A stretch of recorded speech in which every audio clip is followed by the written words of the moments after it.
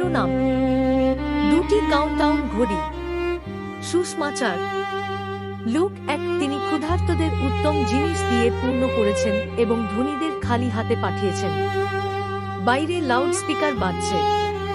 মাত্র 3 দিন বাকি। তাড়াতাড়ি করো, কিনো, বিক্রি করো। সুসমাচারের ভেতরে আরেকটি কণ্ঠস্বর শোনা যাচ্ছে, একটি শান্ত কণ্ঠস্বর, মেরির কণ্ঠস্বর। তিনি ক্ষুধার্তদের উত্তম জিনিস দিয়ে পূর্ণ করেছেন। লুক 1-এ মেরি এই কথাগুলি গেয়েছেন। তিনি ক্ষুধার্তদের উত্তম জিনিস দিয়ে পূর্ণ করেছেন এবং ধনীদের খালি হাতে পাঠিয়েছেন।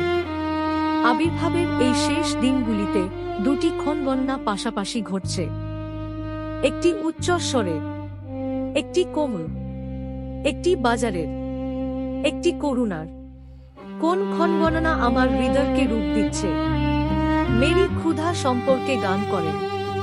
প্রথমত, এটি খালি পেট সম্পর্কে নয়, খালি হৃদয় সম্পর্কে। ঈশ্বর তাদের পূর্ণ করেন যারা নম্রভাবে আসে, যারা জানে যে তাদের তাঁর প্রয়োজন, যারা নিজেদের নিয়ে পূর্ণ নয়।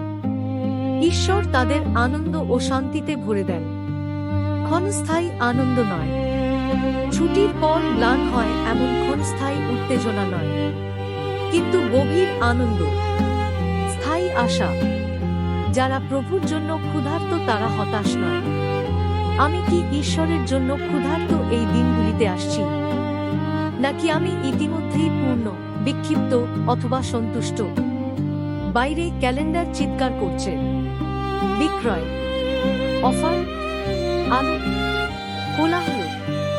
ভিতরে গির্জা ফিসফিস করছে, নীরবতা, শব্দ, স্বীকারোক্তি। ইউক্যারিস্ট আগমন কোনো তারিখের জন্য গণনা নয়, এটি কোনো সভার জন্য গণনা না। আমি কি আমার কেনাকাটা শেষ করেছি? কিন্তু আমি কি আমার অনুতাপ শুরু করেছি? যদি কেউ আমার ক্রিসমাসের শেষ 3 দিন দেখে, তারা ভাববে আমি কি প্রস্তুতি নিচ্ছি, কোন উৎসব নাকি কোন ব্যক্তি? একজন দোকানদার একবার একটি সহজ প্রশ্ন জিজ্ঞাসা করেছিলেন, সান্তা কেন লাল পোশাক পরে? এটি একটি ছোট প্রশ্ন বলে মনে হতে পারে, কিন্তু অনুগ্রহ প্রায়শই মৃদুভাবে করা নাড়ে। সান্তার পিছনে দাঁড়িয়ে আছেন সেন্ট নিকোলাসে, একজন বিশপ, একজন শান্ত উদারতার মানুষ। লাল পোশাকের পিছনে একটি গা লাল রং আছে, খ্রিস্টের রক্ত, ভালোবাসায় ঢেলে দেওয়া, বড়দিনের সর্বশ্রেষ্ঠ উপহার। আমরা যা দেই তা নয়, বরং কাকে দেওয়া হয়। আমি কি সহজ কথোপকথনকে বিশ্বাসের দরজা হতে দেই?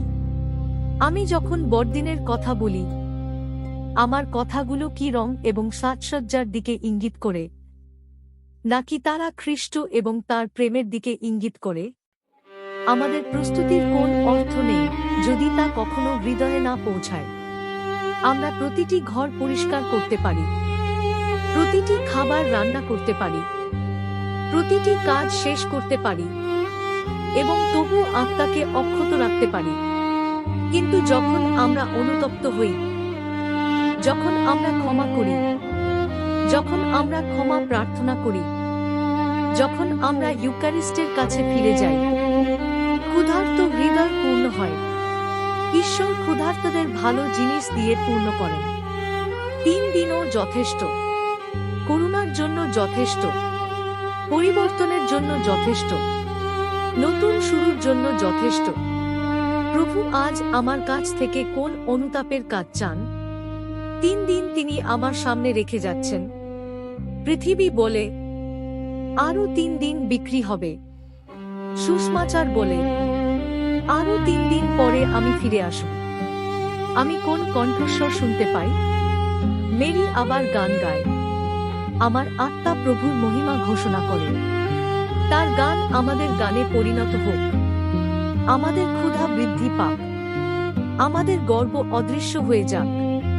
পবিত্র আত্মা আমাদের আনন্দ এবং আশায় পূর্ণ করুক, যাতে যিশু কেবল আমাদের বাড়ি এবং গির্জায় নয়, আমাদের হৃদয়ের গভীরতম কক্ষেও আসতে পারে।